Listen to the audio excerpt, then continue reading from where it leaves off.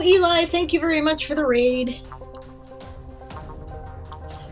Sorry about the unexpected sprint lobby today, guys. Aaron said he was going to go on, and I guess he forgot it was 2 o'clock, and he took off to the store. So, but I owe him a cover day anyway, so I'm going to do it. Hello there, Shirevenge. And thanks, and welcome to the stream. This is kind of an unusual stream today. You're not going to see a lot of my face, because I was not expecting to stream, so I'm here like in my pajamas and I'm not particularly going to go on stream. But normally we have writing streams on Wednesdays, Thursdays, Saturdays, and Sundays. The ones on the other days are all they all start about 2 hours earlier than now, and this one typically starts at about 2 p.m. so in Pacific time, so that's like 20 minutes ago. Welcome. I'm not going to put up my secret stuff thing. Well, no, because because I would have to be on camera, right? And I don't want to be on camera. I'm like literally sitting here. I haven't brushed my hair yet today. I haven't done anything. I love that, Eli. We have all the focus of a squirrel with brain damage today. Anyway. Hello, Right Idea. Stuck in an ad. That sucks. Anyway, I mute the mic because I was in the middle of lunch. Just a second.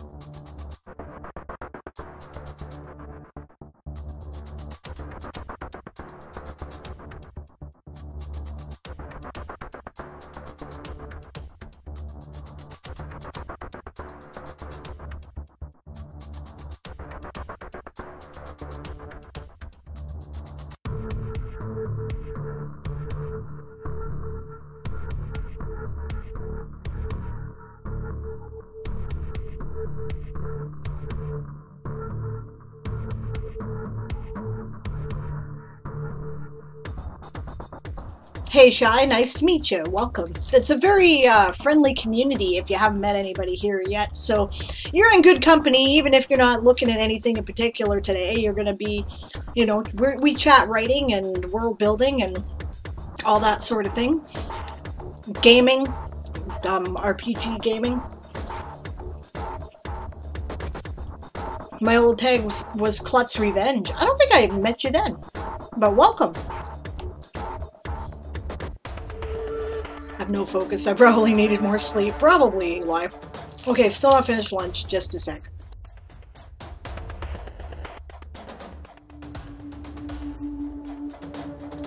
Oh, and hey, AG. You're shopping because you have your car for the weekend. Awesome.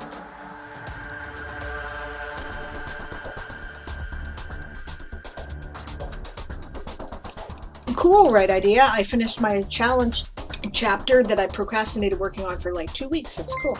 You have been in my stream before? Weird, because I didn't register that you've been here before. I apologize for that. Hello, Purple Heart. Hello, Natalia. Thank you for the raid.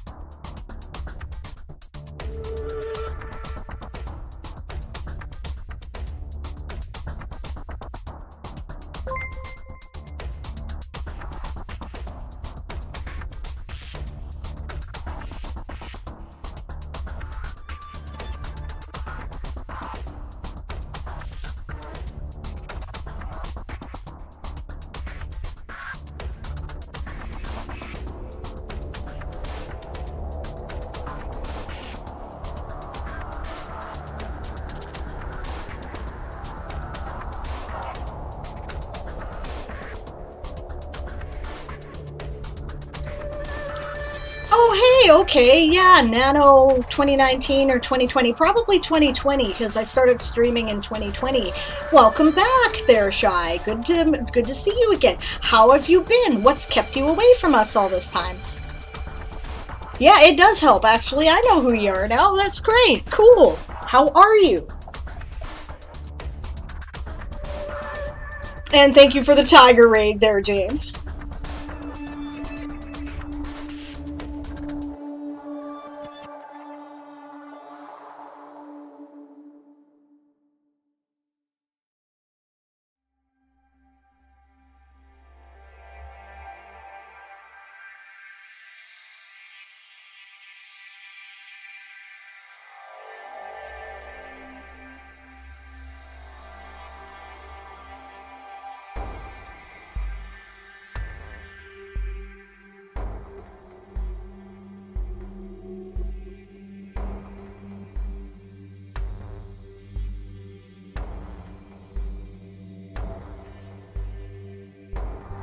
Husband kept me off. He said Twitch was a huge distraction, says Shy. Yeah, he's not wrong, but none of his fucking business would be my opinion. Oh well. Alright, so we're just about ready to start here, so let's do the ad thingies.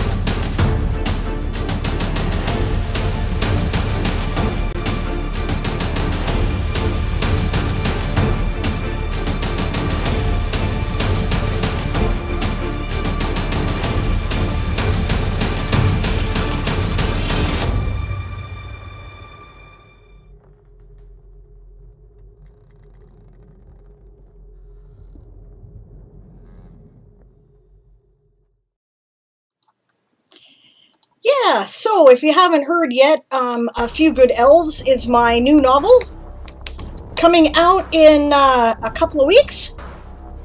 Less than 2 weeks now, guys. I'm very excited. I should probably turn the music down a bit. 3 weeks? Is it? 2 weeks. Roughly. Yeah.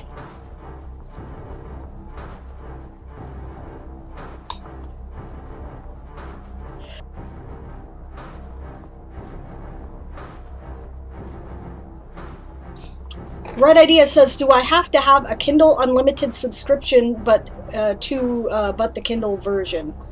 No, you won't, because, I mean, like, okay, you can just buy it on Kindle. That's, and you don't have to have a Kindle Unlimited subscription to do that. You can just get it. But it's also going to be available on other platforms. I just don't know if it'll be out at precisely the same time, but soon after. It will be, I'm doing a wide release. I'm not leaving it on Amazon. You'll be able to get it on Kobo and, you know, Angus and Robertson and, you know, Chapters, Indigo, whatever you want. All right. See you in a bit there, Malachi, or Shadow, and it's good to see you, Shadow. I hope you're well. Depression, yeah, writer's block. Often they go hand in hand. I've been using Nook for all my reading. Yeah, it'll be available on Nook, you bet. Yeah, it should be available on Waterstones. I think that's one of the places that Ingram distributes to. So, yep.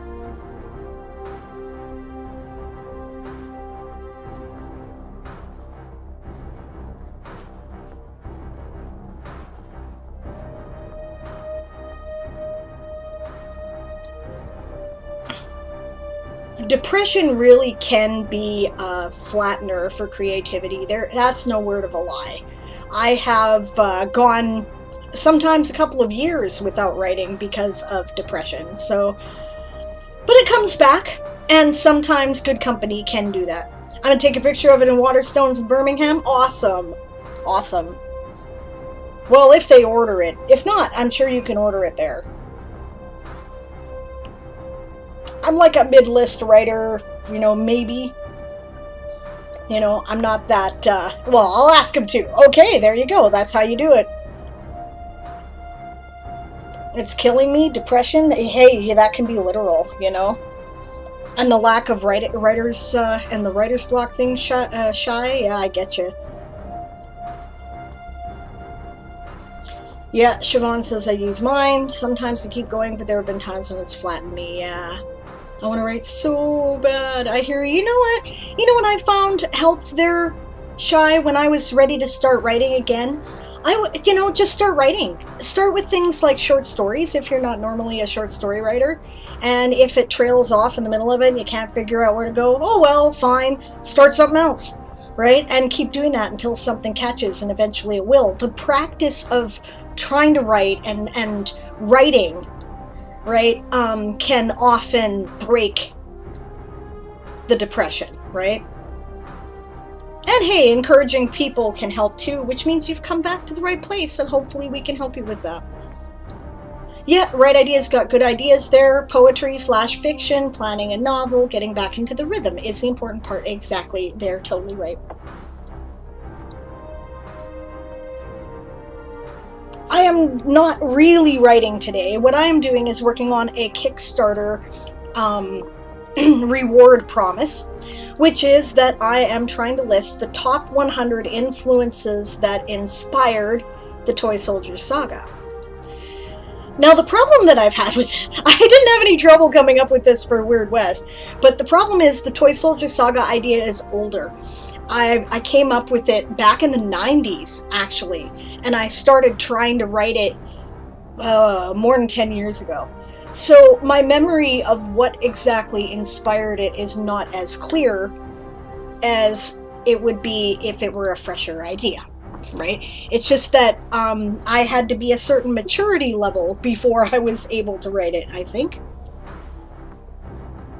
Reading can help. Yes, Siobhan's right. If you read stuff that you like and that inspired you to write, then sometimes that can help to break through. Like, when I'm having trouble with the Toysoldier saga, I often go back and read the Vorkosigan saga, Patrick O'Brien books, or the Honorverse. Oh, well, hey, speaking of Discord there, Shy, we have a Discord server now. I don't know if it was active the last time you were here, but there's where we are. You're quite welcome to join it. There is a Nano and Writing channel. The community continues to be awesome there. So, yeah. Yeah, I'm totally with Right Idea. Well, it doesn't always. Hope you find something which can help you soon, and I'd love to read whatever you write when you break your block. I was hoping journaling would get me into a rhythm of it at least. But journaling's different, right? Because journaling is writing about what is, and creative writing is about writing what could be. So it doesn't, I don't find it engages the same part of the brain, right? It's better to do that than nothing. Awesome. Well, welcome aboard. Thanks for joining. Yeah, I often find journaling is better to do than nothing, but I think that, you know, plotting, doing outlines, you know, short story or poetry writing can be more productive. If you haven't tried it yet, then maybe give it a shot. And of course, you know, all my advice is contingent upon the fact that everybody's process is absolutely different, and just because something works for me does not work for everybody else, you know? Like, We all have our own way of approaching it. I don't plot either. Yeah, me neither. You know what I do? I figured it out. I was like, I don't outline. I don't believe in outlines. I'm a pantser. Yeah, I never know how the story's going to end till I write the end. A writer of discovery, as some people put it. But you know what I do? Right? I make playlists that are like operas, where I put a song for every single major event in the story. And I mean, that's a form of an outline when you think about it. Oh, gotta give your daughter a call. Yes, yes, you should do that. That's a good thing. Hey, Order 11, good to see you. They say journaling is the best way to gather knowledge of self. Yeah, or do some world building, says Natalia. That helps for me. Yeah, me too. So that's another good point. Sometimes it can help to work on creating the world around which your story happens, and then it's not quite so, you know, it's creative, but you don't have a formal sort of, like, it's not as formal, so it's easier. I'll be back in about 20-30 minutes. Okay, Shy, we'll see you then. I'll still be here. So, awesome.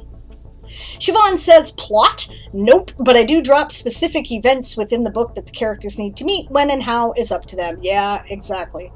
I sort of call myself a plantser because I have like a few scenes in the story that occur to me in a sequence that are clear as day, and figuring out what happens between those scenes to get them to those points, right? It's like navigating by landmarks.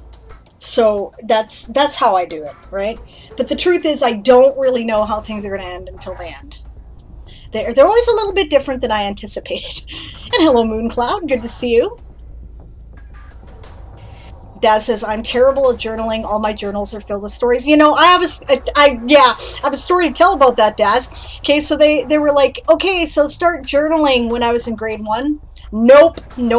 Every single thing, I tried it a couple times, and then I thought, oh my God, it's so boring. I already lived through this. So what I do instead, and did from the time I was 6 years old, can prove it, right, is that I would write little poems or songs or short little stories that you would now call drabbles, basically, right? Because I was just not into journaling anything. And fortunately, I had a teacher who encouraged this. Initially, they tried to get me back on track, but when they saw that I was really dedicated to it, and they really, you know, and they thought, hey, she's got some talent at this for a young person, right? They actually encouraged me, and it got to the point where in grade 3, my teacher, at the end of the year, gave me a book, a handwritten notebook, in which she had transcribed all the poems that I had written for my quote-unquote journal over the past year. I still have this book. Its binding is broken and it's falling apart, but I got it. So you and I are two birds of a feather there, Daz. Right Idea says, I outline a bit but let the story guide me. I've found that works best for me. Yep. I can only get so far in a plan without having to write. Exactly. And I'm kind of like George R.R. Martin and Stephen King in this. If I actually do an outline, I feel like I've already written the story and I don't want to write it anymore. Hey Eli, welcome back. Eli says, Sable and I have a similar process. I don't make a playlist, but I write by landmark too. Yeah, exactly. And you know what? That's no more or less legitimate than just seeing what happens when you sit down to start spilling it on the paper, or completely outlining everything and spending more time on the outline than you do on writing a novel. That's what James Patterson does, and he's a very successful writer. So, you know, and I like his books, so to each your own, right? Natalia says, plot. I started with a synopsis and ended up with writing the thing. Yep. Right Idea says, my stories always end up way more extensive than I meant them to be. Yep. Yeah, mine tend to grow too. Right Idea also says, I've always written poetry. Won a President's Award in grade 6 for a haiku and didn't look back. That's awesome. I won an essay contest with a poem in grade 5. Yeah. And the prize was $100, which in the 80s was a lot of money for a little kid. It was pretty cool. So, yeah, don't talk to me about growing work, says Siobhan, who has more of a problem than I do. Yep. Daz is like, yep, my journals were just imagination spilled upon paper. Exactly. The hardest part about writing is discovering how you write. That's a journey full of experiments. Yep, totally legit. Everybody's got their own process. Landmark by chapter for me, says James. Right? And Eli points out, everybody writes different. Yeah, Right Idea says, I write, say, a paragraph of where the chapter needs to go, but they don't always follow that. Yep.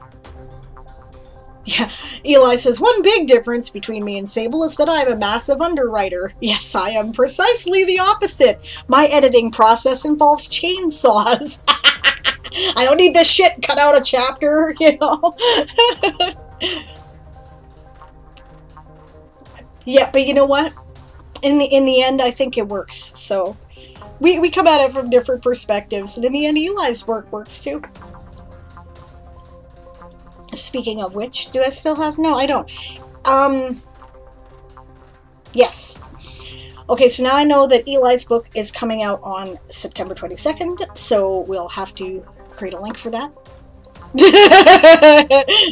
Siobhan says, chainsaw? I think I need a photon torpedo.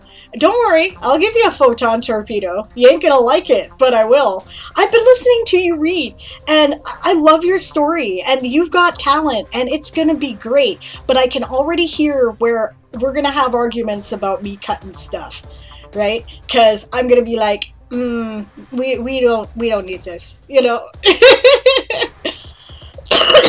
Natalia says, my problem is I write in the wrong language. Yeah, fair enough. I mean, it depends, right? You know what you should do? Okay, now, what Natalia means by that is that she is Dutch, and she writes in Dutch. And English is a second language, and, you know, she's still learning it. So then it needs to be translated, which is a challenge. I'd say... And yeah, I think it probably does hurt her quality of writing a little bit, but you know what you can do? First of all, you can pay or exchange translation services so that somebody, you know, can do it for you. Secondly, the other thing is that countries that are not English-speaking countries, even if English is a secondary language or even a, you know, one of two official ones, like in Canada, usually have grants and publications that are specific to writers in the language, right?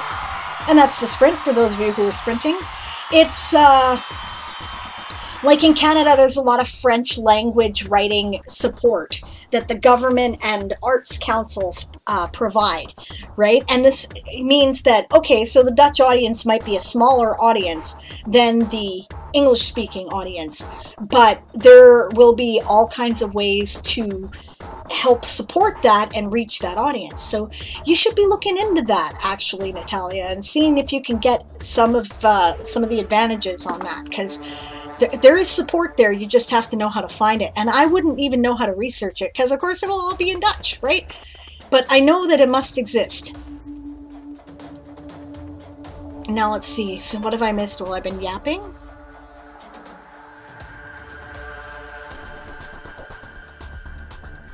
Yeah, James says to how everyone writes differently. That's what makes writing fun. Yep. Eli will have links in September-ish. They are waiting on artists, okay?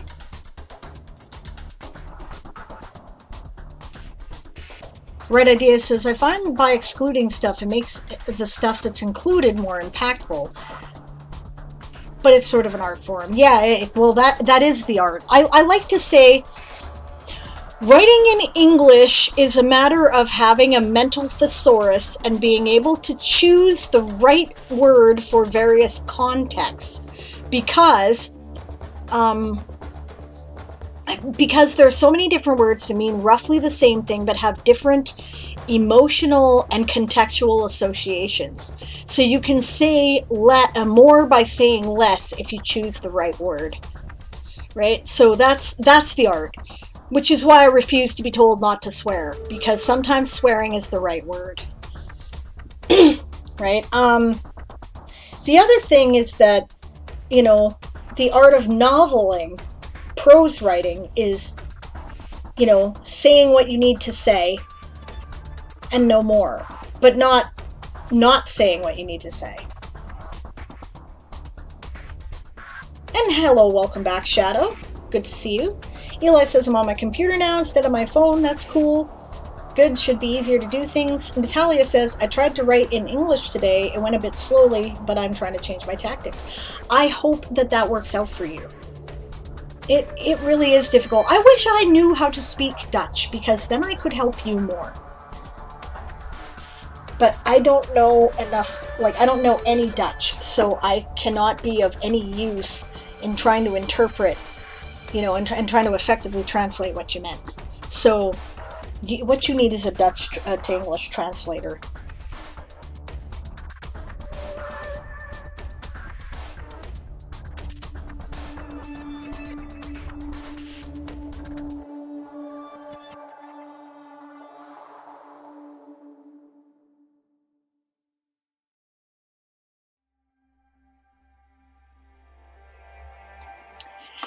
Siobhan says, I shared Mind Invasion earlier today and was told not to break it up.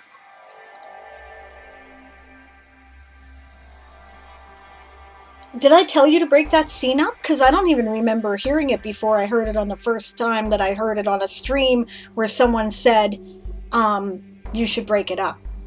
Or was this just in response to my general commentary where I say that, really, a chapter probably shouldn't be more than 5,000 words. Oh, okay. It was Daz who said that. All right.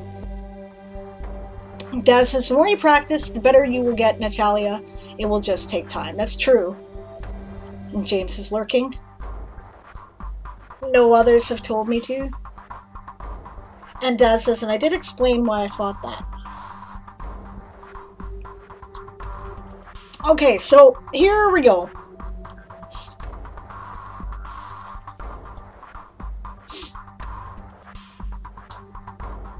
Okay, I'm going to read what Right Idea said first, and then I'm going to get into that. Right Idea said, history impacts this as well. In the start of World War II, the British gave Hitler a pass on Germany invading a country. Yeah, that was Poland, right? And was described as appeasing them. Now, appeasing is a word which has connotations of weakness and subservience. I think it was Poland. Yeah, it was Poland. That's to get back to work, Growl. But I'm going to get on a bit of a soapbox here.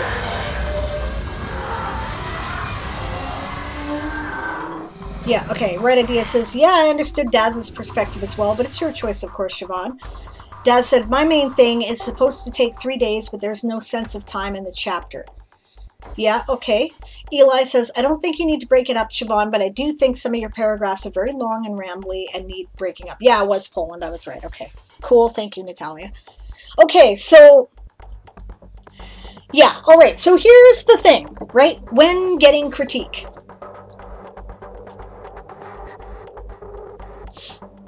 Okay, when getting critique. Every writer will get critique which they will consider, try, and find doesn't work. Or every writer will get critique that they will go, you know, okay, I see their point, and, you know, but not be entirely happy with. And every writer will get critique that they should listen to and don't, right? The key is knowing which. And ultimately, for me, okay, I'll listen to what somebody has to say. I'll argue with them about it a bit, right? Who's not available at the moment? Welcome back, She. Or Shy, rather. Oh, your daughter. Right. Okay, that's too bad.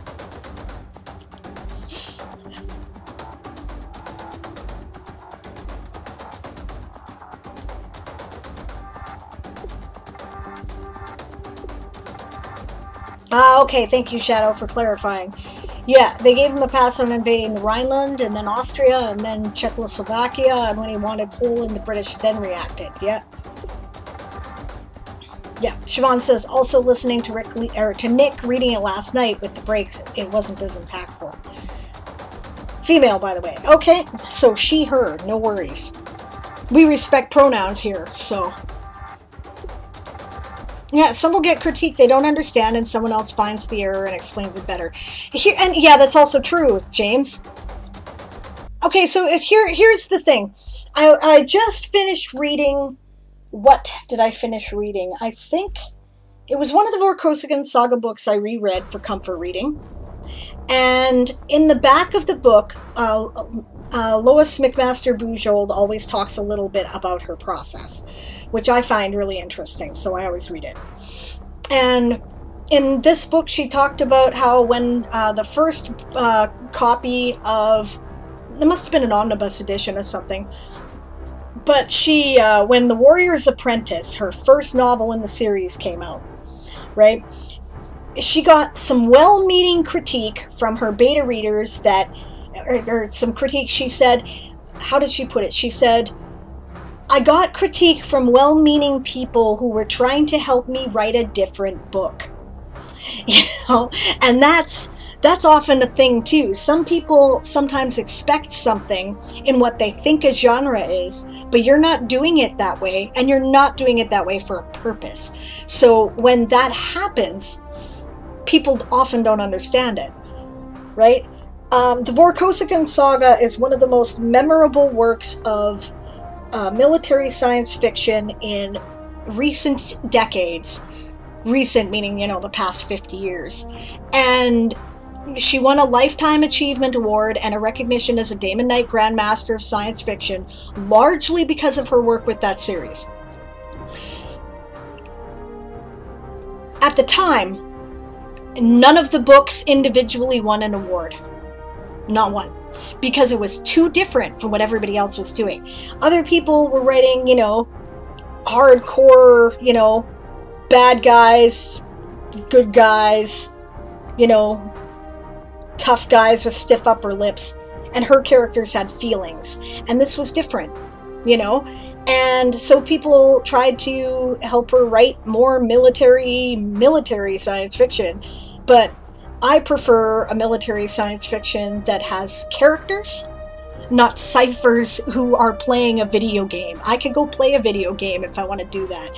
First-person shooters, there's a million of them, right? When I'm reading a book, I want to know what happens to the person. So I really enjoy it, but at the time, it wasn't what was expected, so people didn't know how to take it. And maybe that's the case with this particular bit. Obviously, this is a key scene in your book, and it's really important. So maybe it shouldn't be broken up. I don't know. I would have to...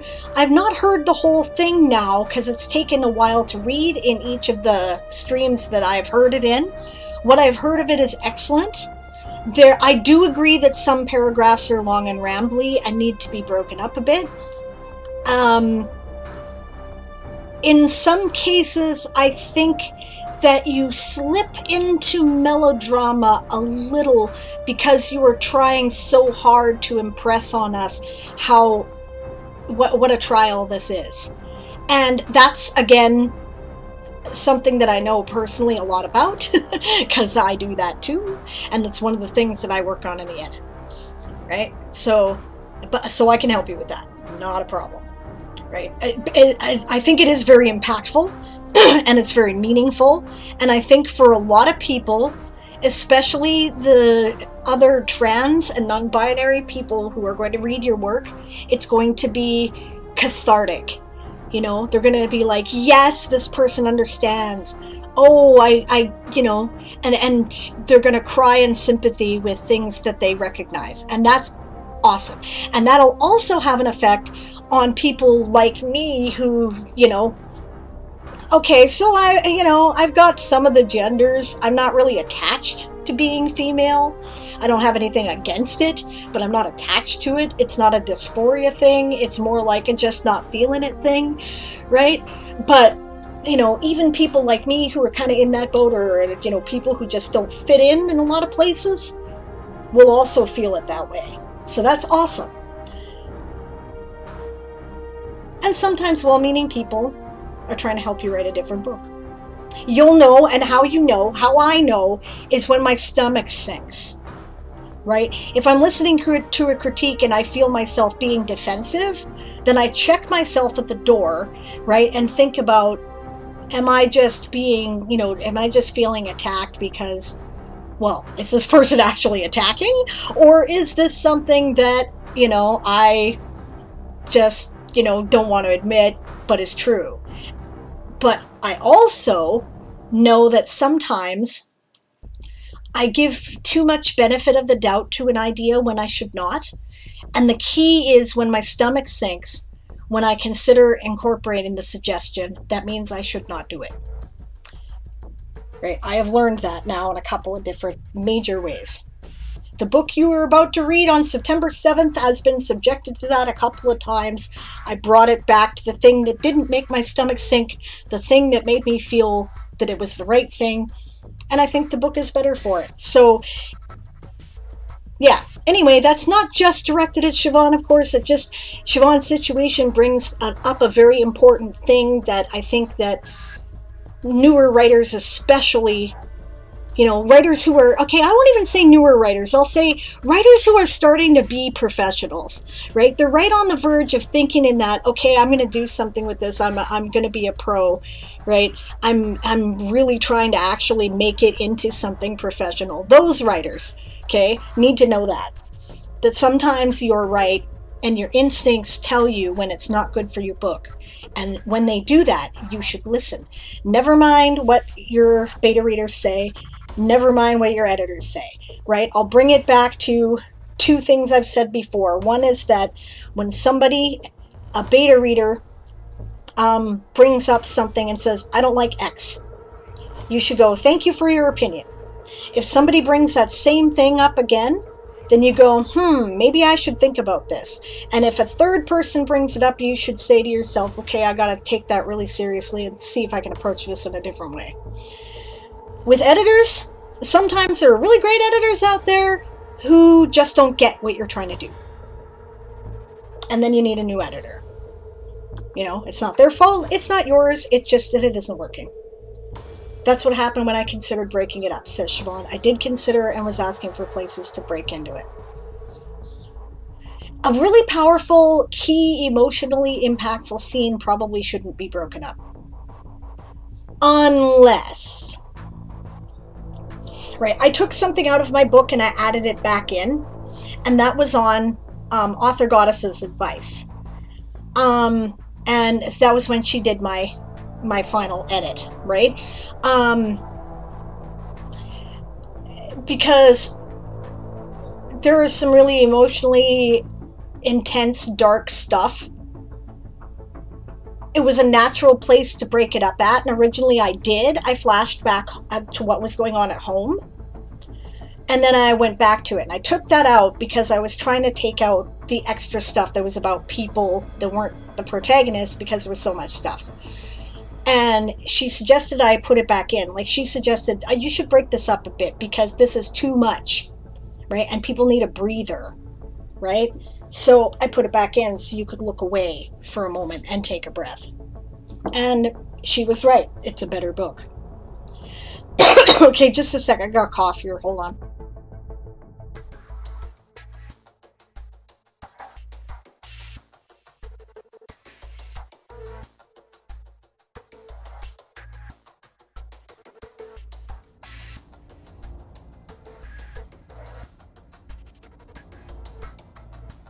Okay, now what did I miss people saying?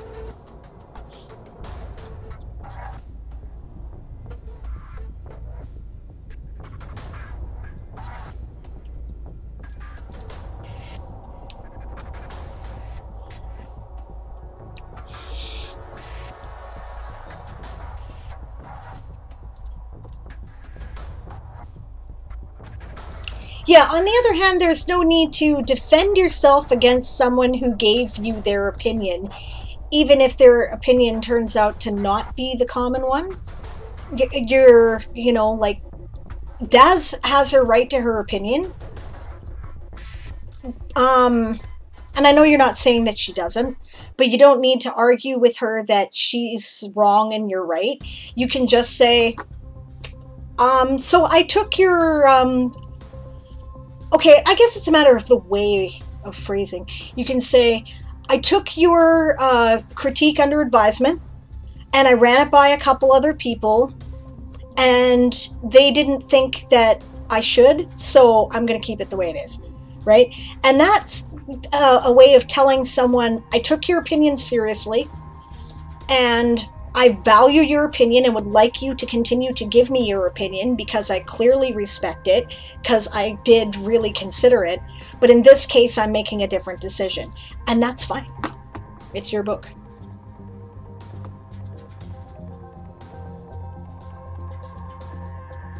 Yeah, Daz says she really liked the scene. Siobhan says, the right idea says to Siobhan, I imagine that in the greater context, if all the book isn't like that pacing stuff, it should be fine. I liked the piece regardless. It struck me as kind of like almost a dream sequence, right? It's happening in somebody's consciousness and not in the physical world, right? So it's perfectly fine for it to have a different pacing. It's even good for it to have a different pacing, perhaps, because then it does give you that impression that it's happening in kind of a dream world. And that can be okay, right?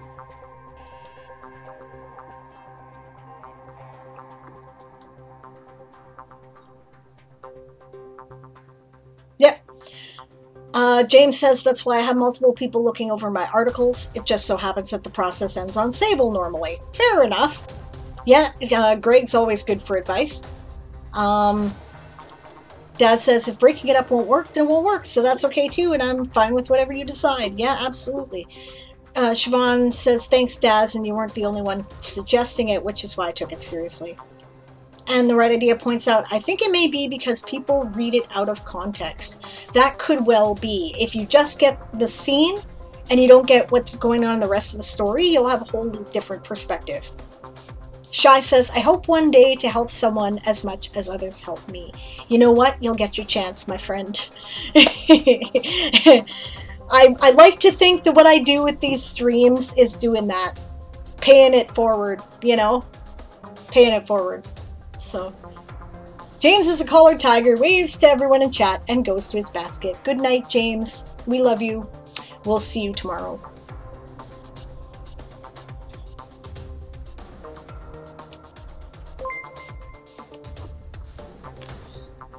Hello, Dandelion Queen. Welcome back to the stream, and thank you once again for the raid. Yay! Shout out Dandelion Queen. How are you? How did your stream go?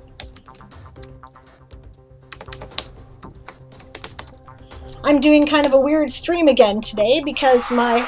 Oh, that's the sprint.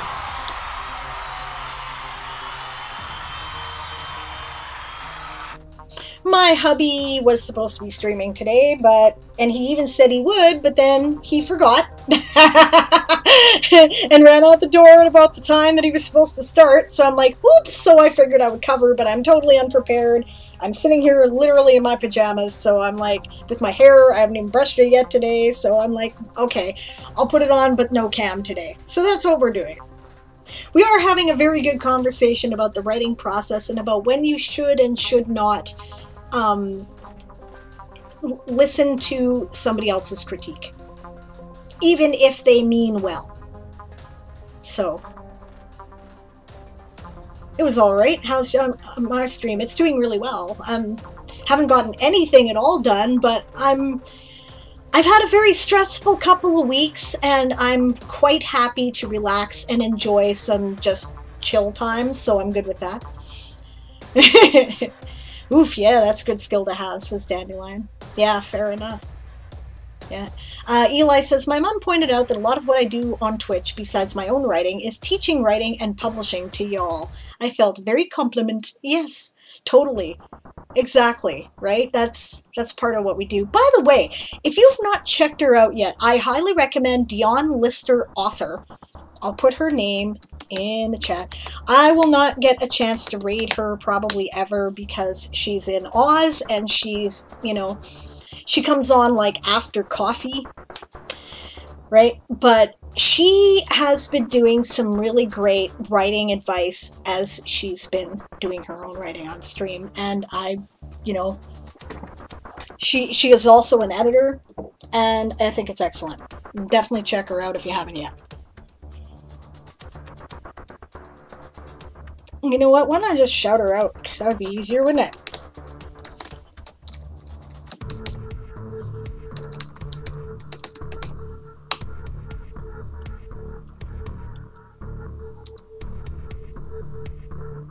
There you go.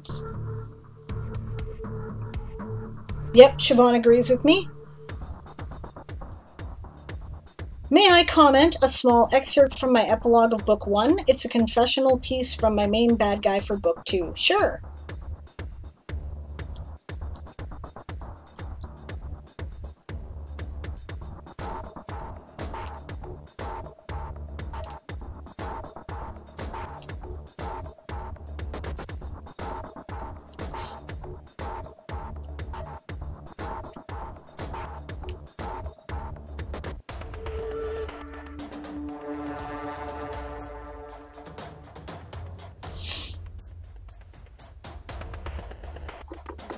In the meantime, I'm going to actually start thinking about this.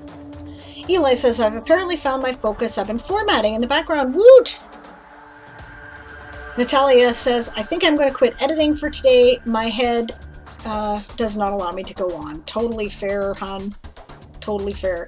By the way, Natalia is going to be on my stream tomorrow at noon Pacific, 3 p.m. Eastern.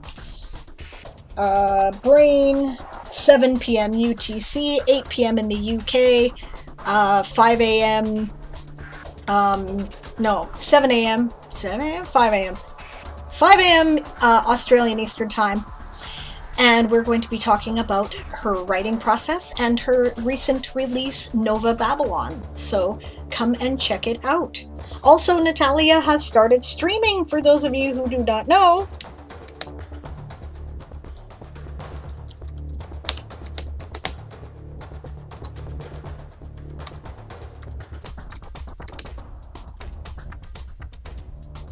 So there's her channel, go follow it.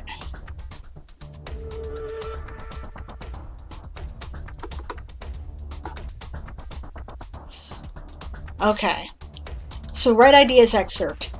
I mourned for so long at the shortcoming of us mortals. I thought I could do better. I thought I could create better. Why did Volca let me do this if it were to cause such strife?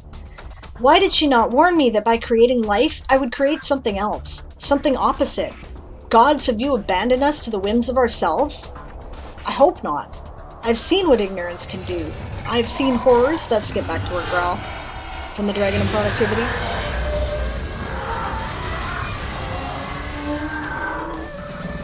Yeah. I have seen horrors. I have had to make soulless decisions for the good of us.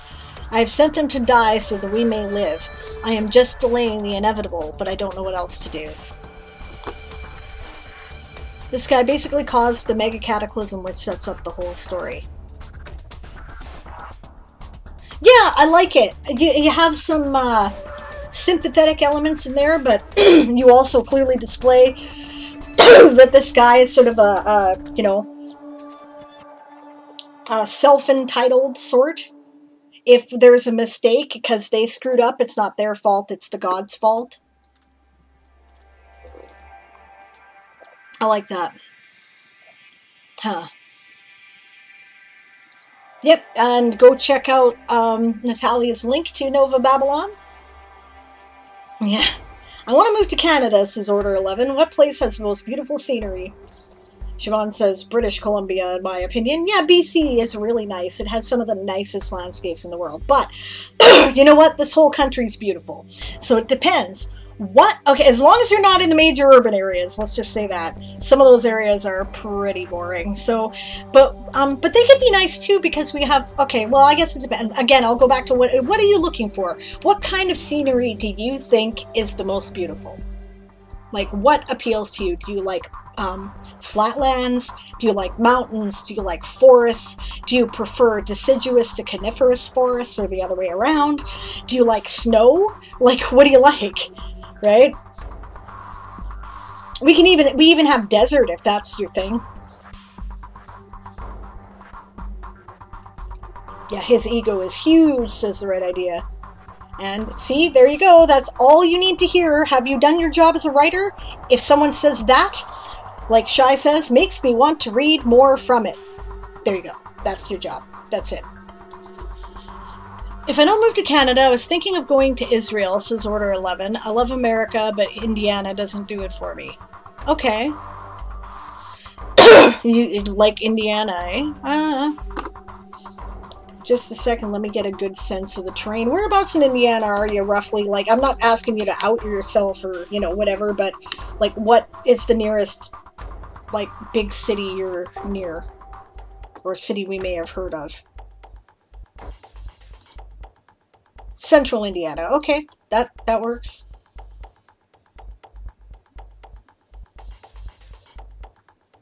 Let's go to Central Indiana. Landscape. And images. See if that comes up with anything. Oh, so prairie types?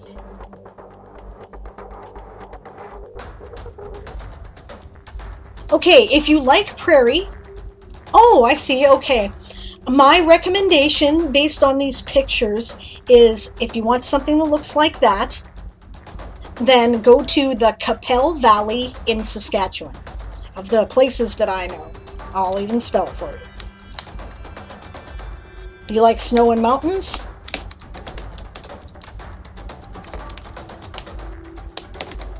That is the place that looks the most like where you are in Indiana, which makes sense because I think it's, you know, on a similar longitude. Yeah. Yeah, if you like snow and mountains, then BC or the Yukon might be good places. Depending on how high a mountains do you want. Okay, if you're into like the Rockies, BC, on the border with Alberta, like that's always a nice place there too. Right, and where else? But if you're into like sort of lower mountains, the Laurentians in Quebec are really nice and definitely are worth a visit. There's ski resorts in both areas. It's beautiful. Sing something. How late do I need to be here again tomorrow? 7 p.m. UTC is when I start. So, posture check, hail hydrate, save check. Okay, hail hydrate I can do. Order 11 says I want to visit Israel for religious purposes. I want to visit Israel for, like, you know, ancestor purposes, but, you know, I mean, yeah, but...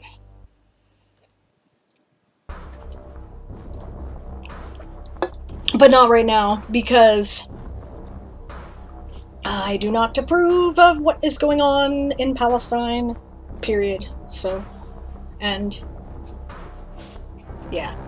So, and to the Palestinians in general, yeah, I don't care. It's not okay with me. 1900 hours for you then? Okay, the guys just got back, so I'll be right back. Hold on just a second.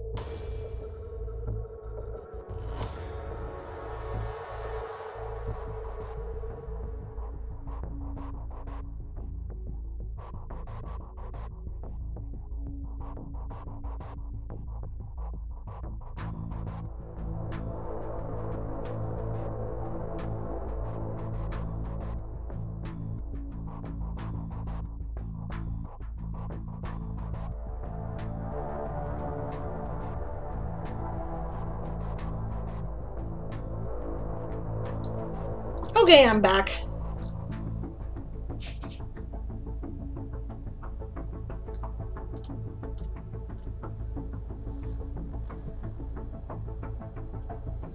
Right idea, says Barbarossa. Your character in my book got his first mention by name. Nice.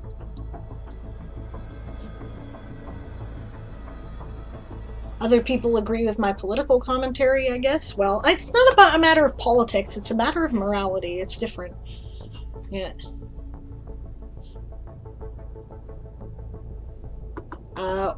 Order 11 says, yeah. I'm conflicted. I stand with Israel, but they're violating human rights, and I'm very much against that. Yeah, a lot of people are in that same situation. I get it. And especially because these right-wing lunatics make it sound like, I mean, okay, not that all right-wingers are lunatics, but these guys are right-wing lunatics. The left wing has lunatics too, let's be honest. But these guys in particular try to make it sound like if you're opposed to their, you know, genocidal nonsense, then you're opposed to Israel, and that's not the case, you know. It's kind of like, you know how you have kids and you can go, I love my kids, but I'm very disappointed in you for this behavior. You can have that attitude towards countries too. You're allowed. It's okay. And hello, Bob. Good to see you. And Nat's off to bed. Good night, Nat, and see you tomorrow.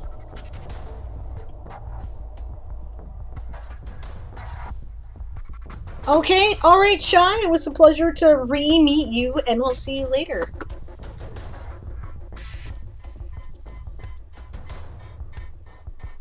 Awesome. Alright, we are caught up in chat. The sprint timer's about to end, but I think I'm going to, like, actually start working on what I said I was going to work on a little bit.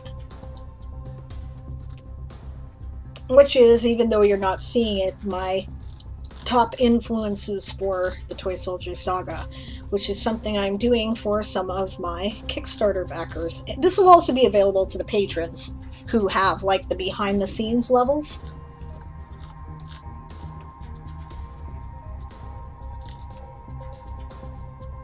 The ones who want to know stuff about my process, you know?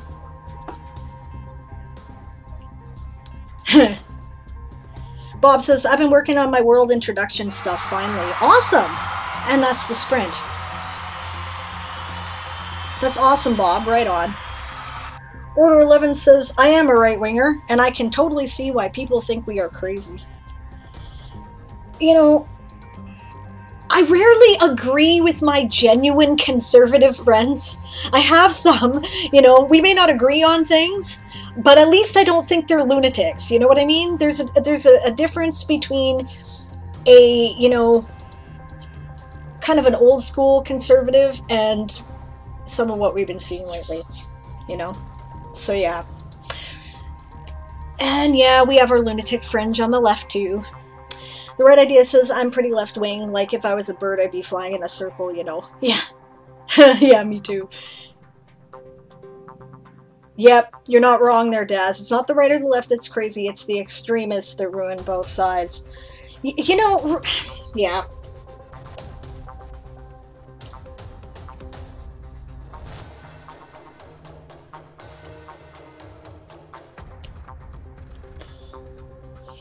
I tend to be very, very progressive in my politics and my philosophy, but I respect the need for conservatism.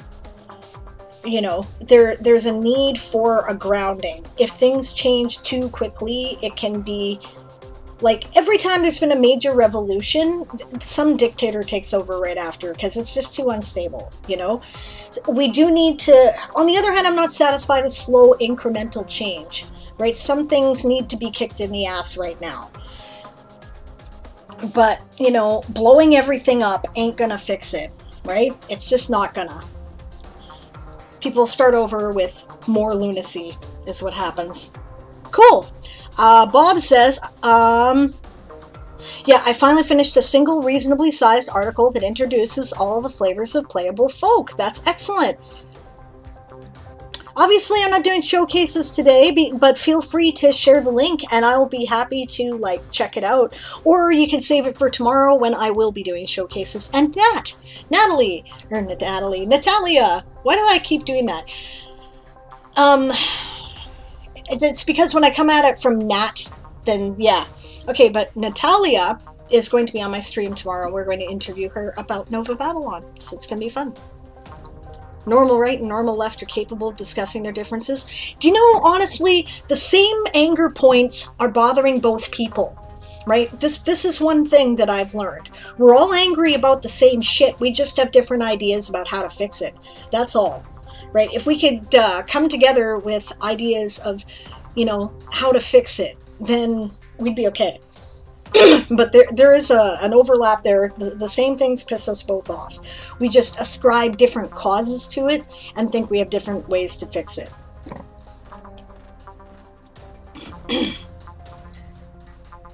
Speaking of politics, Canada has an election coming up. Yep. You know, I'm really torn about this election. Because, okay, I am an NDP voter. I'm very much in that camp. Normally, but the last thing in the world is, you know, the NDP never wins elections. They tend to hold seats and sometimes hold the balance of power. And when they do, the country runs really well. But they never win. The Conservatives are kind of having a surge among a certain type of conservative that I'm not, you know, a Trumpist type that I'm not very impressed with. And, you know, to be fair, right? The Liberal Party has done an excellent job during the pandemic. I'm glad they were at the helm. They have taken very good care of us. It could have been a lot worse, you know, but we've done very, very well. And it's their management that has made it so. Their governance. They deserve to be rewarded for that. On the other hand, after that fucking lunacy bullshit that the transportation minister or whatever was saying about how we're building the pipeline so that we can protect the environment, and me watching the province burn down around me, I'm like, climate change is the only issue. You know, I don't know. Order 11 says the right is very paranoid about having their rights taken away, and Trump fanned that flame. Yeah. Right idea is a dirty leftist. To be honest, not ashamed of it. That's just how my brain's wired. This isn't to say that every right-wing perspective is wrong. Yeah, ditto. Eat the rich. That's the right idea. I think we're generally agreed on that one. Yeah. Alright, Bob shared his article. For those who'd like to check it out. I'm going to have a quick look. I like your cover picture.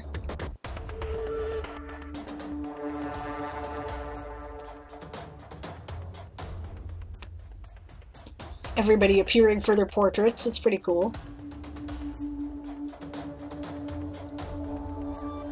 I like your Elrond style elf. That's great.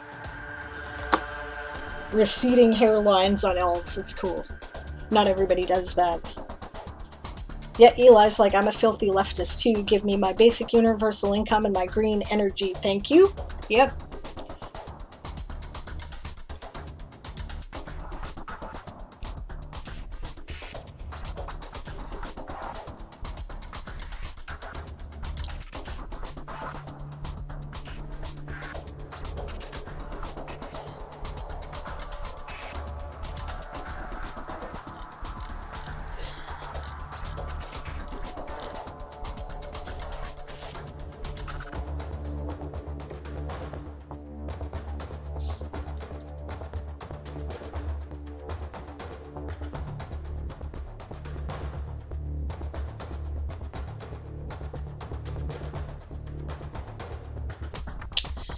Yeah, Order 11 says, I did vote for Trump, though, I'll admit it. I understand why people voted for Trump. I understand, in the first election in particular. Right? I get it. And it's because, yeah. Okay, so these yahoos at the top are all more interested in lining their pockets than they are in doing governance. And people are suffering, and they don't care, because they're just skimming off, lining their pockets and making it on the backs of the rest of us, and manipulating the laws in the system to support that so that they can't be touched. Throwing in somebody who could politically blow it up makes sense. Unfortunately, right, it's kind of like, yeah, this seems like the guy who's going to keep order after the chaos usually ends badly.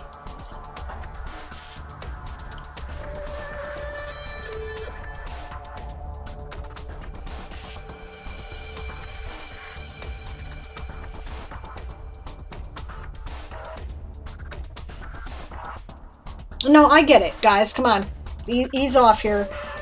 I would never have voted for anyone who said, I grab him by the pussy, I don't even wait. I would never have done that, and I don't understand why other people would prefer that to at least an appearance of civility. But on the other hand, I get why they want to blow up the system. I get it, you know?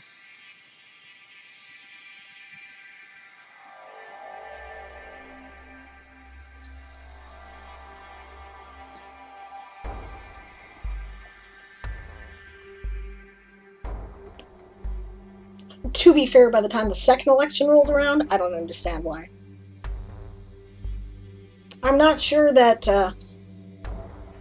you know, I could see some reasons not to support Biden, though, regardless of what side of the fence you're on, because business as usual is not working, right? And he's all about business as usual. And that was the problem that created the situation in the first place. And they just seem determined to not listen.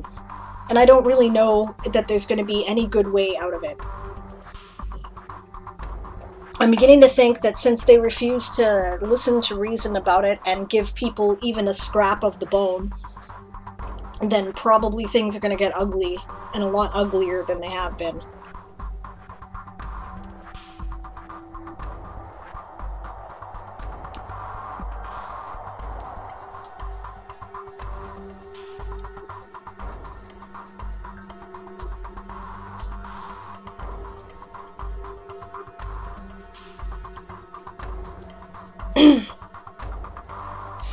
Yeah, okay, so Bob says, I've always been fiscally right of center, but capitalism only works with a few reasonable socialist controls. I'm fiscally left of center, but I'm not as far left as some other people.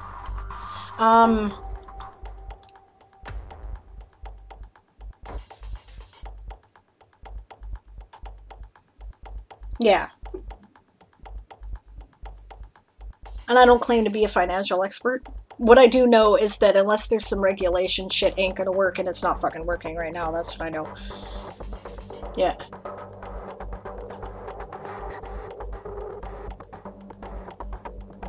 Yeah. Order 11 says, I think he was a better option than Joe Biden, but anyone is a better option than Joe Biden, in my opinion. Well, I already gave my opinion on that. And, you know,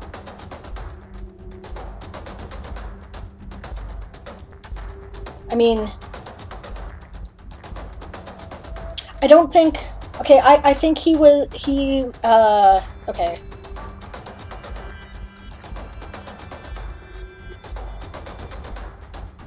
I don't think either one of them are a good option.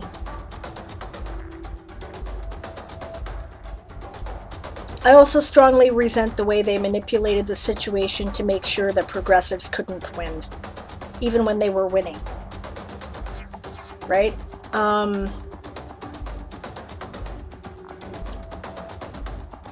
But yeah.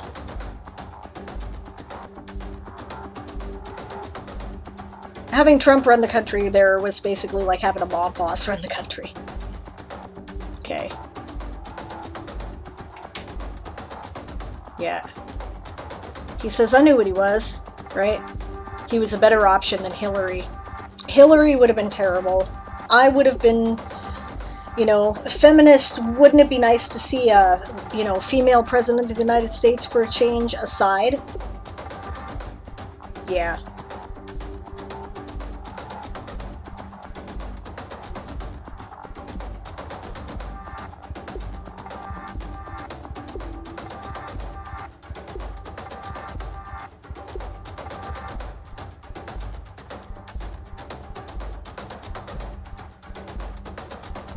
Yeah, anyway.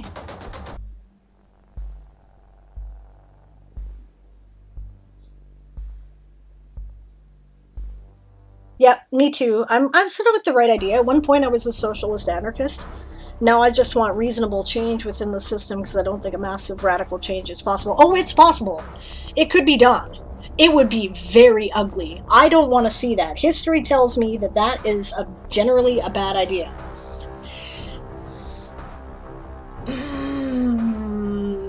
But do you hear the people sing the song of angry men? It is the music of a people who will not be slaves again. When the beating of your heart echoes the beating of the drums, there is a life about to start when tomorrow comes.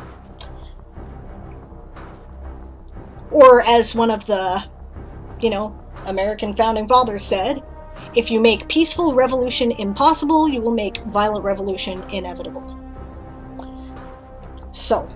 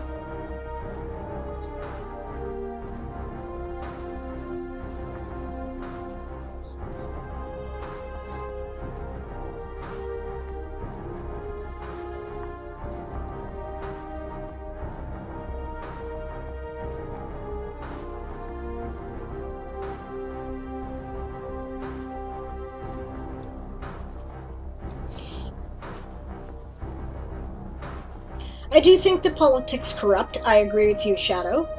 Right? And the right idea says, I think the two-party system is designed so that no real change actually happens. Yep. I think that that's probably the case, too.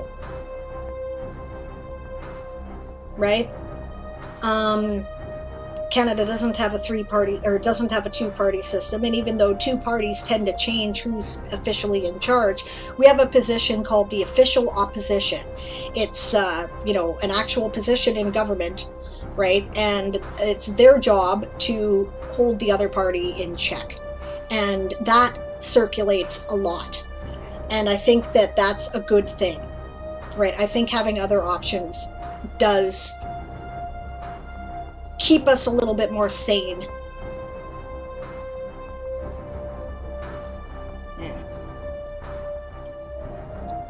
Order 11 says, I want a fiscally responsible humanitarian who is America first. Is that too much to ask?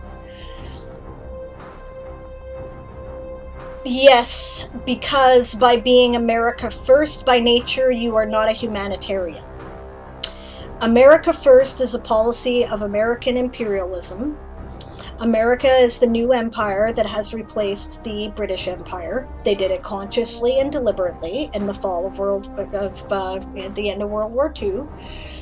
And what pisses me off about them is that they don't have the balls to say that's what they are, right? They keep denying it and pretending like having an army that's 10 times the size of every other major armed force in the world put together, of which Canada is one, by the way, right? But if you put the other 9 together, they would still make up a 10th of the American forces. That is not an army of protection or defense. That is an army of an empire and a conqueror. So by being America first, you want to control the world. That's what that means in American politics. That's what the politicians actually mean. If you want to be like, I want to take care of the people at home, that's what they're training you to think it means. And that's okay. But as I think the pandemic has proven, we cannot live in our little individual village and pretend that our actions have no effect on everybody else around us. I think that being any country first is an outdated strategy that is going to lead to the end of our species and maybe already has. That's my opinion.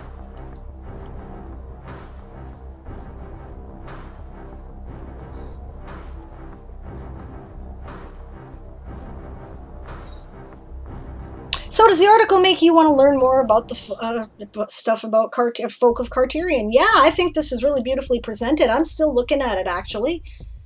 I'm kind of reading all your little write-ups about the different races. I think it's really neat.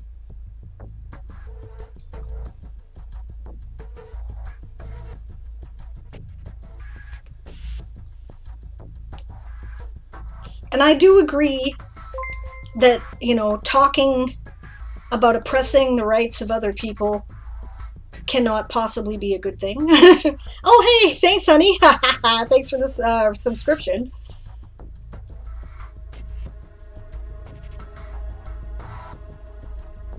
That'd be my hubby. Yeah, if we start talking about oppressing the rights of others, I'm not on your page. I am not with you.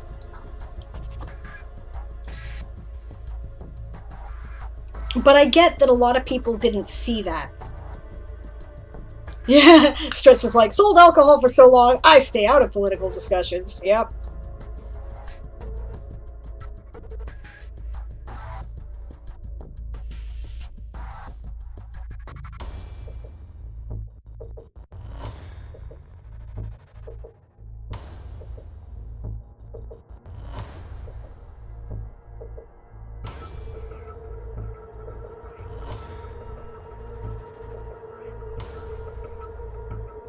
I can't say that I don't see Shadow's point, right? I mean, yeah, we made a mistake voting for him, but what choice did we have? The other candidate was part of a corrupt family. It's true that, okay, so if Hillary had won, you'd still all be, like, totally 100% in Afghanistan. Everything would have ramped up. There probably would have been a couple of other wars going on.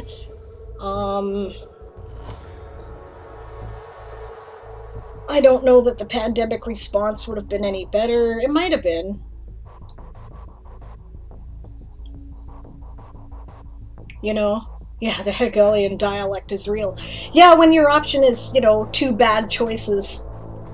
Right? What do you do? I don't know. I don't know. I can say that I personally would not have voted for Trump. Because I know too much about history, right? Because I've read what the party platform was of the, yeah, right. And that's the Sprint. Anybody who's talking about, you know, disparaging and oppressing the rights of other people should not be in government. And I wouldn't have done that.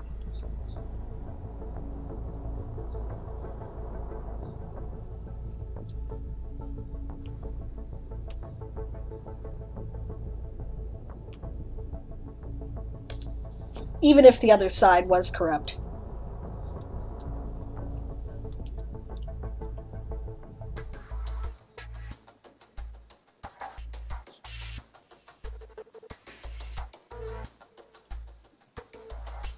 Bob says the two-party system is bad, but so is the incumbent system that keeps these politicians in power for decades.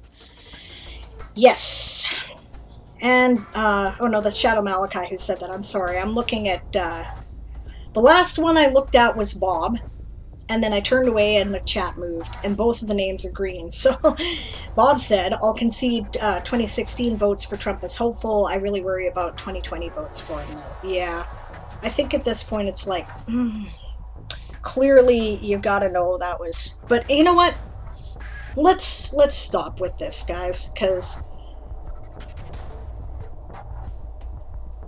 Okay, I don't know. Should we stop with this? I get people...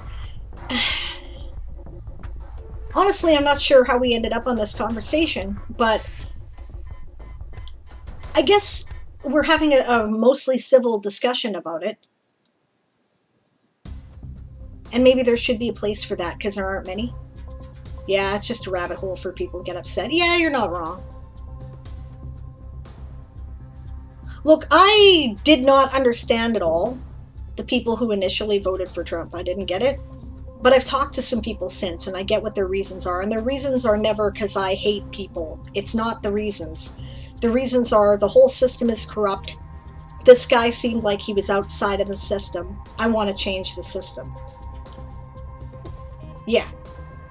Yeah, okay. Okay, that's totally fair, guys. Yeah, I don't agree with their choice, but I get why they did it. And, yeah, let's leave it at that.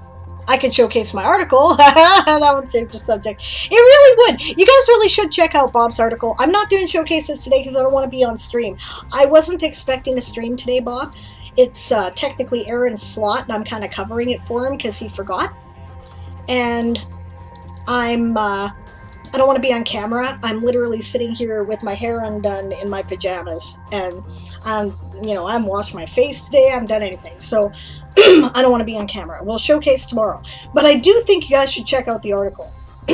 It's actually really cool. I'm going to repost it in the hopes that we can divert the discussion to world building or writing, which would be excellent in both cases. Definitely check that out.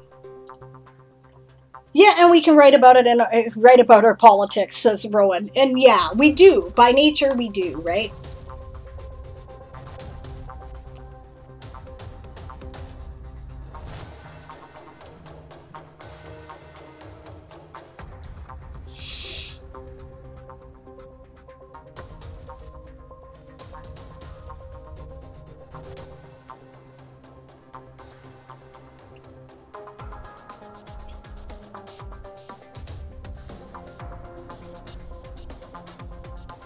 I like how none of your species here are bad guys, Bob. That's cool.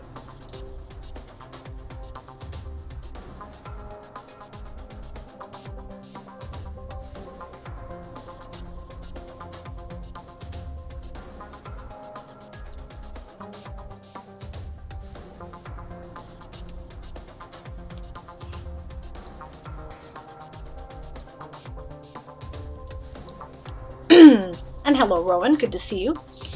Daz says, can I get a comment on something I put in chat? Tell me if it's enough of an ending of a chapter to make you want to read the next chapter. Sure, go for it.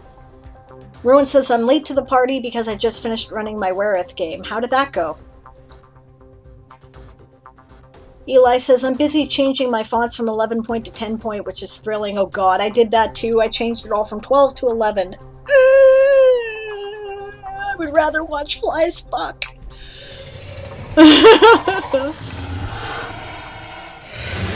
That's to get back to work, Growl. This will be the last sprint of the day. After this, we will find someone to raid, because it will be after 4 o'clock. Shadow says to Bob, I asked how you were able to format it that way, because it looks very good. Ah, that'll be CSS stuff. Okay, Daz writes. Hours later, he wearily sprinkled drying sand on his newly drawn map, put everything away, and went to bed.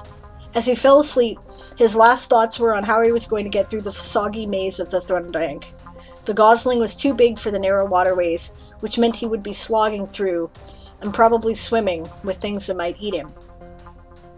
An even bigger worry was how he was going to get the book back from the Nistlings without getting pierced with poison bolts and his liver cut out. Sleep was long in coming.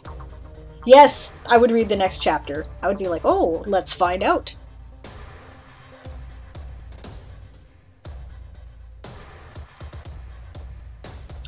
Rowan says it was a typical adventure party does town deal today, although I have to say for a mostly male-dominated party, they were really quite restrained. Well, that's good.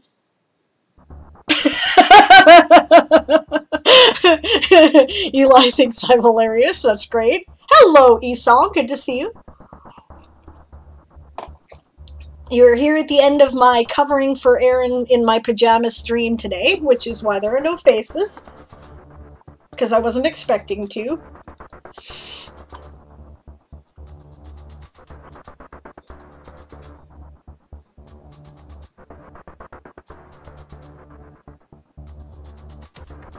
Yeah, I like this too. Bob's article here, but these ancestries are not the only choices available to a player in Carterion. Carterion is a cosmopolitan world, and there are many hybrid ancestries to choose from as well. 72 of them, in fact. A player can choose a hybrid ancestry that involves any two of the live birth ancestries. This leaves out only the Aquana, Kobolds, and Taxolotl. Hybrids gain attributes reminiscent to both sides of their parentage. This means more than just half-orcs and half-elves. If you wish to be part gnome and part orc, you can. Part goblin and part elf, that's available too. Yep, we have the same policy in our game, by the way. That's basically how we run it. Live birth ancestries can all crossbreed. Have at it. And some of the ones that aren't live birth, like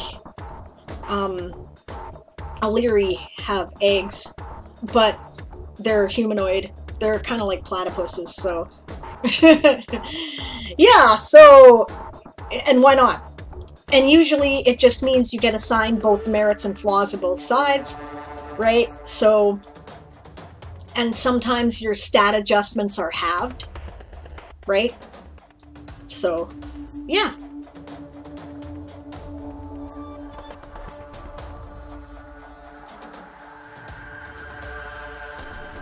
Dad says, wow, Sable, the only one I see up is Dreaded DM and their 72-hour charity stream. Oh, wow. Esong says, PJs are acceptable. Okay, cool.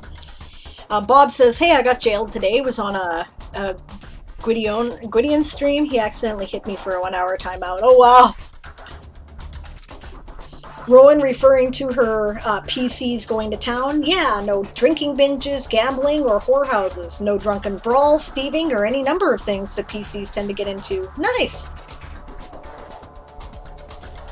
Just some shopping for materials relevant to their plans. Yeah, Bob says, I'm thinking about the egg layers, but haven't decided. I think when it makes sense, it makes sense. Like, I wouldn't make it... Okay, kobolds in my world can probably crossbreed with the Illyri because they're part reptile, but probably not elves, right? That kind of thing. Or maybe the egg layers can crossbreed. Good suggestion, Eli. Esong's like, jailmate! How is prison, Bob? Any comfy pillows or less than usually scratchy blankets?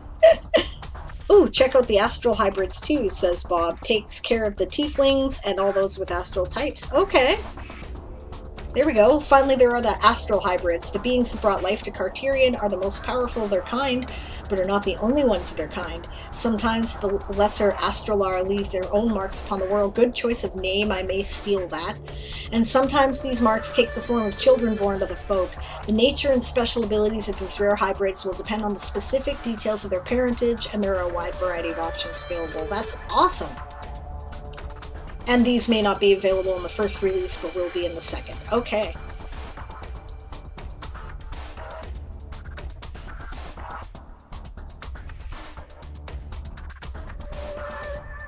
Oh, I like your world.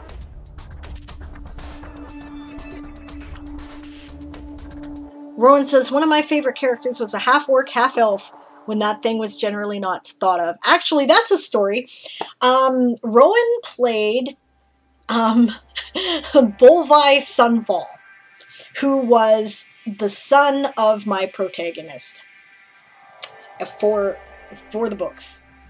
Yeah, and it was really cool. And I played the son of the dark elf that Aaron was playing, and they were best buds, right?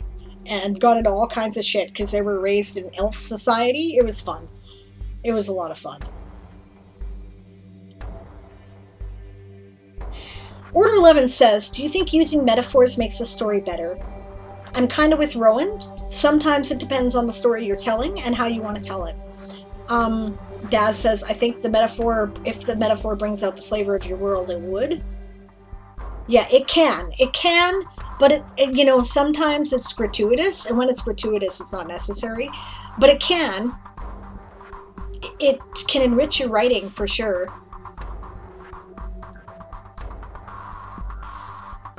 Bob says, that's part of a series of articles that describes the whole of Carterion intended to attract patrons. I think this presents itself and your world very well.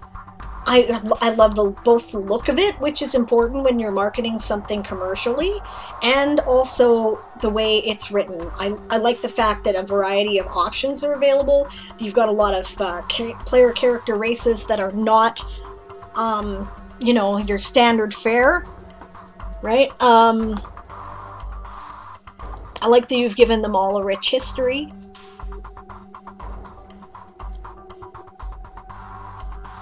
Yeah, it's cool. There'll be one on the deities and one on the magic. That's great. Esong says, metaphors that help explain or illustrate your world's culture can be wonderful, but I would use them carefully and sparingly, and that perhaps is closest to my take. Order 11 says, like the Sea of Glass is a place that is a giant boneyard. I wonder how I can describe it in detail. Yeah. Yeah.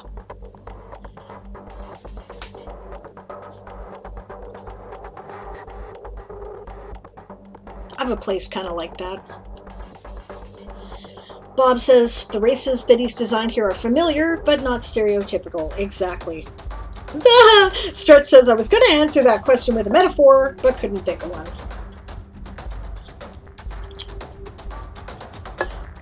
Fair enough.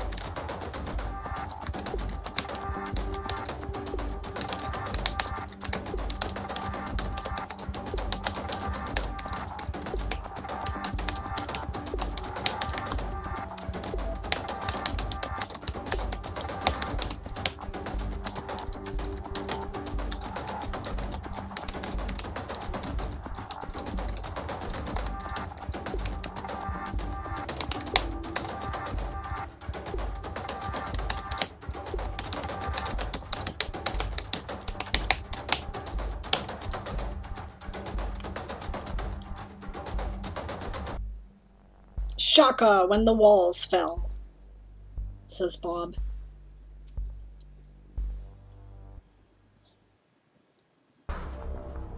I don't really know what that was in reference to.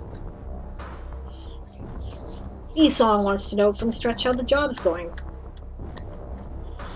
Rowan says to Order 11, I would say something like, the sea of glass spreads out before you, the heat reflecting off the glass surface of fused crystals of sand. Scattered across it like some giant's discarded toys lie hundreds and thousands of skeletons of deceased creatures of all sorts. Yeah, that's a good start.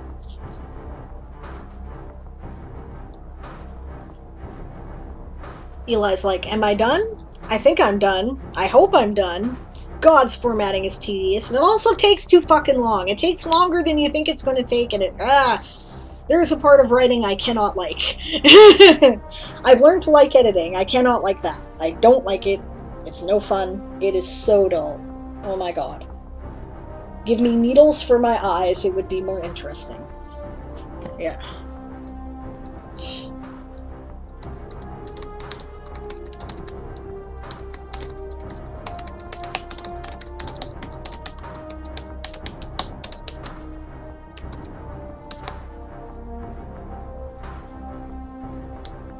I don't know how so many people died in the area yet, says Order 11, but it's filled with so many dead bodies it's like a sea of glass. Nuke? That's what I immediately thought of.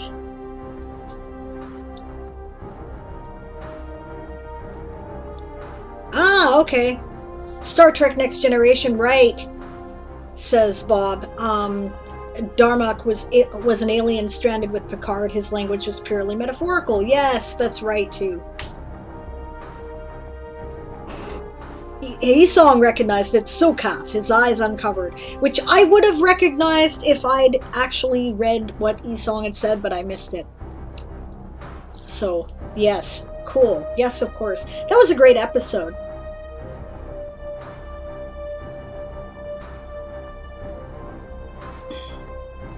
Stretch says the job's doing well, but tiring. Yeah. A Although I did a little boo-boo today, he says. Slipped down the kitchen stairs and my ankle twisted underneath me. Ouchies! Thankfully no damage, just a slight ache. Well, I'm glad that there was no major damage, but that sucks. Eli says, I actually like formatting, but I admit it is tedious as fuck. Okay. Yep. Yeah, I remember that episode. Bob says, the Universal Translator could convert the words, but not the meaning because of no context understanding. Yes, because it's all, you know, within the metaphors of their... I really liked that. That's a really interesting way to look at language, and much of our language works like that, too. For instance, we have a lot of biblical references in our language.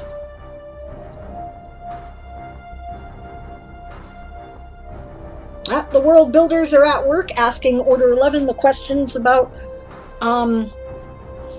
what might have happened to cause the major dead bodies all over the place.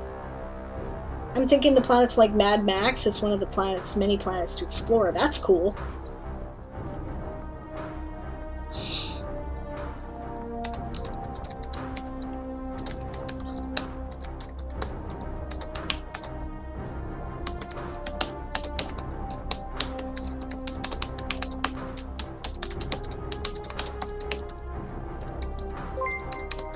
Oh, dingy things. Oh, hello, Bitzer K. Thank you very much for the raid. Welcome. You're kind of catching me at the end. I don't know how long we have left in the sprint here. I suppose it's sprint. Although we've been talking. We haven't really been sprinting all day. But, yeah, minute 23. At that time, I'm probably going to find someone else to raid. But, welcome. Glad to see you. How did your stream go? It's a Bitzer Blitz. Yay! Bitzer Blitzes. We should shout out Bitzer.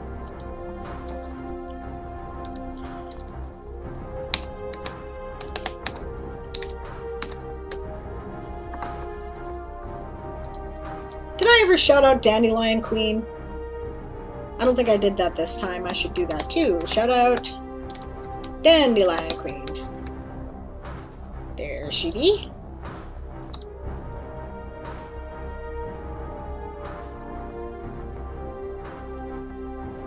I had the shittiest internets today, so commence lurk. Fair enough, Bitzer. Sorry to hear that.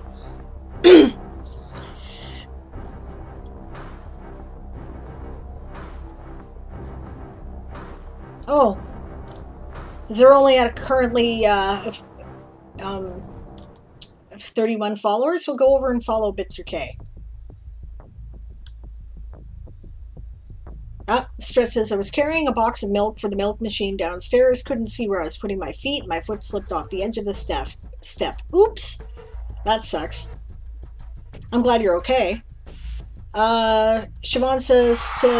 And that's the sprint? Siobhan says to Order 11, okay then, nuclear asteroid impact. Yep, that could work. Order 11 said, yeah, that's what I was thinking, something like a super weapon, exactly.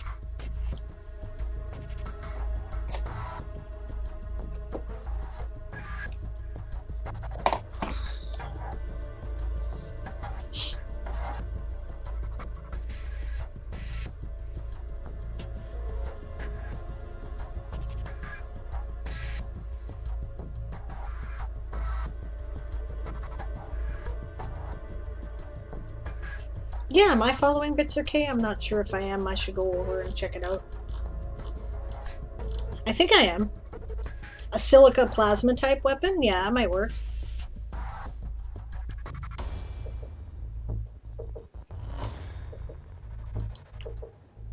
Okay, gang, who's on that we can raid?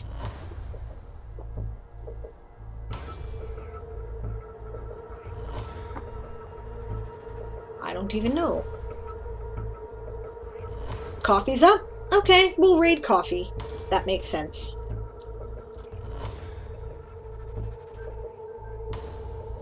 Coffee's up early. Interesting.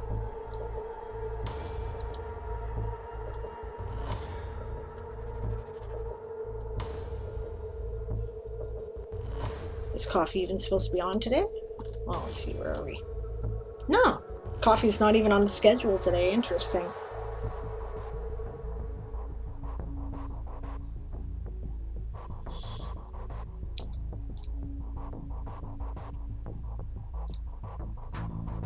Esong says, I didn't think I was that much out of it. They must have missed us. Yeah. Well, they were not streaming for a couple of days during the week because of personal family crap. So perhaps they're trying to get caught up on the stuff they didn't do, which would make sense. Or perhaps you're right. Perhaps they just missed us and wanted to hang out. And there really isn't anything else going on, so we might as well go over there. Okay. Thanks everyone for joining me today. And good suggestions, everyone. Yeah. So I'll be back tomorrow at noon Pacific, 3 p.m. Eastern, 7 p.m. UTC, 8 p.m. in the UK, 5 a.m. Australian Eastern Time for Sable's World Forge, which we will have special guest Natalia Books, who we will be interviewing about her new Nova Babylon novel that just came out recently. And if we have time after that, we'll do a little actual work on the 31 Days Challenge, which I haven't been doing very well over the past several days because I've been worried about packing. But now that I have a bit of a reprieve, I can, you know, calm down and maybe approach it. And Sunday night, we will be back for Toysoldier's Old School, which will is a Pathfinder 1st Edition RPG that takes place in... Yes, I have a reprieve song. We've been given till the end of September. Thank God. Okay, so... Yes. Nothing. You didn't miss anything, Bob. I just didn't get a chance to say it. I was talking about a Needle Eye stream. Yeah, quite the relief. It could not have been at a more inconvenient time for this to happen. I've got to tell you, right? It was so many things going wrong all at once. You know, with the evacuations, finding an apartment is damn near impossible, or a house to rent. The, Steve's job, the other graveyard shift guy quit, so he literally has no days off at all, right? Jamie was sick, right? There were just so many things that all went wrong at the same time to make it really damn near impossible to move out. So I was like, ah! So, phew, one more month, we might even be able to find a house to buy in that time, now that we've been, you know, yeah, so, phew, relax, I can concentrate on my release now, and worry about that, so that's such a good thing. Thank you guys for all your support. I feel much better. I'm ready to take a nap, because I'm, like, not jangled up with anxiety. Yeah. Oh yeah, he's getting money out of it, but like literally there's nobody else to work there, Siobhan, at the moment. It's either that or close the store. So yeah, he's getting paid. Yeah, I agree with you completely, Siobhan. I was really mad. He says he works too hard for far little pay. I was like, I don't know, she spun the whole, it's just you and me and we're the team around here, and I'm like, yeah, well, then why isn't he the assistant manager officially and getting paid more, you fuckers? But, Steve's a nice guy. It's one of the best things about him, but unfortunately people take advantage of him. Alright, Bob's off for some Chinese food dinner. That sounds amazing. We're having, yakisoba tonight, so I'm very excited about that. And it'll be homemade, so, you know, yeah, sounds great. So yes, we'll be back tomorrow, as I was saying, back for Sable's World Forge with special guest Natalia Books at noon Pacific tomorrow, and then at 6 p.m. Pacific, Toysoldier's Old School is happening on time, I hope. 6 p.m. Pacific, 9 p.m. UTC, 2 a.m. in the UK, no, yeah, 1 a.m. in the UK, 2 a.m., no, yeah, 1 a.m. UTC, 2 a.m. in the UK, I think that's like, let me do the math here. I don't know what time that is, Australian time, I can't think right now. I hope too, says Aaron, yeah. 11 a.m. Australian time. Thank you very much, Daz. Yep, the game will be happening with our chat crew. We did some work last time when we did not game. We did some, like, behind-the-scenes downtime stuff with the chat crew and the other characters to kind of get a sense of where they want to go in the game. And yeah, so we've got some direction, and I think it's going to be fun.